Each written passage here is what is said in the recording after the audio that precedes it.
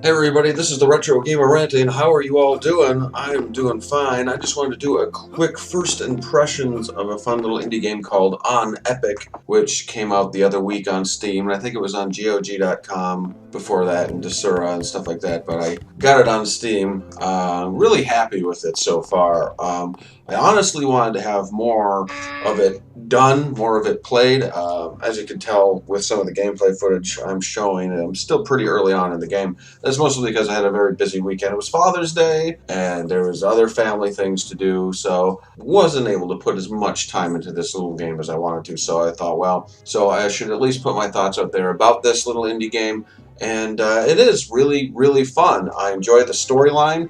Basically, the storyline depicts the character named Daniel, who is kind of a slacker, video game playing D&D fan from today, and he's playing D&D with some friends, goes to the bathroom, gets up to go to the bathroom, the lights go off, and he gets transported to this mysterious land, this mysterious dungeon where all these D&D-like creatures are, and then inadvertently gets possessed by an evil spirit, which realizes that the evil spirit realizes that it can't possess Daniel, and so the only way for him to become free of Daniel is if Daniel dies. So there's some really fun little dialogue between this evil spirit and Daniel. It's always funny because the spirit's always trying to give bad advice to Daniel, so he'll die so the spirit can be released. And it's done in a typical platformer style with kind of like 16-bit graphics and stuff like that, and it has traditional role-playing elements to it and stuff like that. It's very fun. It's really easy to just get into. There's different, like the only thing that I kind of had trouble with at the very start is the control scheme, which if you are playing with the keyboard, which I do, I highly suggest the first thing you do is go in and completely reconfigure how you want the keys to be, because for some odd reason I really didn't like how the keys were for me, but once I had it all configured properly, it worked better. I didn't try with the gamepad. I don't know why. I guess I'll have to, but I just didn't get around to it. There is a mouse option that you can use where you can actually use the mouse to click and move around, but I found that to just be a little too complicated where you can just use the arrow keys and stuff. The combat's a little slower. It's a little slower paced game. It's more of a thinking man, kind of a roguelike. I guess the best category I can put it into is sort of a Metroidvania, people call it, with some roguelike elements and traditional platform elements. You can't just really rush into a room and just expect to be able to take on everyone. In fact, most new rooms you enter are very dimly lit. Right off the bat you have a lighter,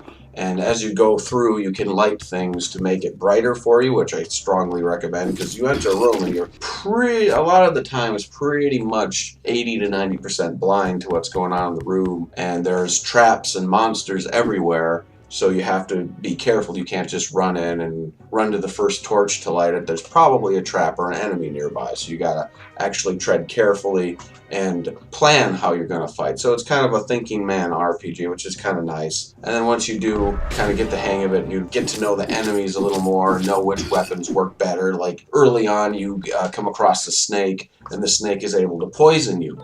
So you find out that it's probably best to deal with snakes from a distance because they actually have a pretty decent reach compared to you, so they usually can get the first strike in if you're not careful. So you realize maybe I should stand back here and shoot them with my bows, you know. The only thing that kind of I gripe about is with the combat is it is a little bit slower, so there's that, and switching between weapons takes some time. Like everything takes time. Drinking a potion, switching your clothes, your armor for the most part, switching your weapons. Everything you do actually takes a moment to do. You don't just instantly switch from your bow to your sword. You don't instantly drink a potion.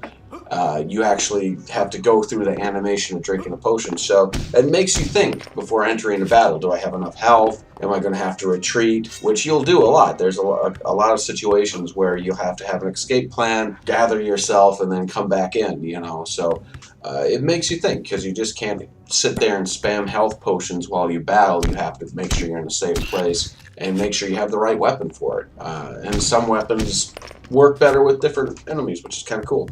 There's a map that gradually gets revealed as you play, and what's really cool about it, I know this isn't a new thing with games, but you can actually write notes on the map, so you can click on a room and be like, okay, I need this key here. or there's someone I need to talk to when I can get to them here. It gives you notes so you can later on, if you need to get back to an area, you'll be like, well, where was that? Oh, there it is. It's right there. So, which is very convenient. I completely forgot about that at first until later when I got my first key and it told me, oh, you got to go to the mine with this key. And I'm like, well, great. I can't remember where the mine is. And I knew I passed by it a couple of times. It's just I never thought to use the notes. And now anytime I pass by a keyhole that I can't open, I make sure to write a note and go, this key goes here. So it's very useful. I really like that. And again, I know it's not something new, but it's really cool. It's very addicting. It's one of those games where you find yourself going, okay, maybe 15 more minutes, maybe 10 more minutes, and then I can go to bed, and then you'll be playing for another hour. So it's very, very enjoyable. It has hilarious dialogue, a little adult orientated. I'm going to warn you, they do throw around some F-bombs and a couple other stuff here and there. So the dialogue is definitely mature, which is kind of unfortunate.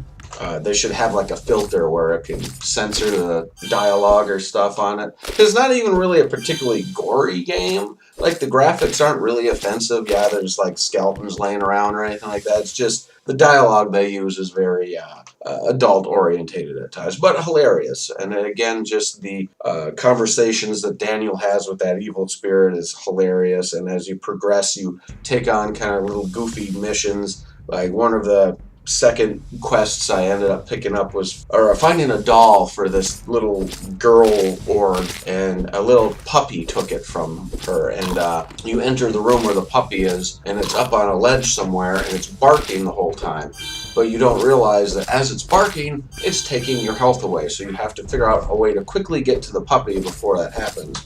So it's kind of unique in that sense. It's not just straightforward, oh, go from point A to point B. There's sort of little twists and turns to it. But like I said, so far I really enjoy it. And for the price, I would say definitely pick it up.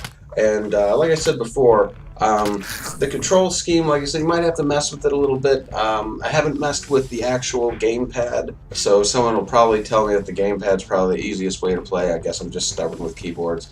And graphics are cool, the storyline's cool, so definitely go out and give it a try. And if I do a review down the road, once I play enough of it, I don't want to, as a first impression, I'm enjoying it so far.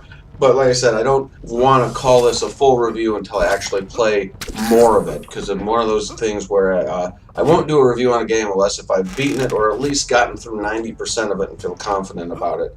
So in this case, I'm still early on, but so far I'm enjoying myself a lot. So definitely give it a try. You know, I think there might even be a demo out there. I'm not sure. So see how you like it. Hilarious, fun, and very addicting. So am I saying that UnEpic is epic? But alright, I'm here all week, folks. I am.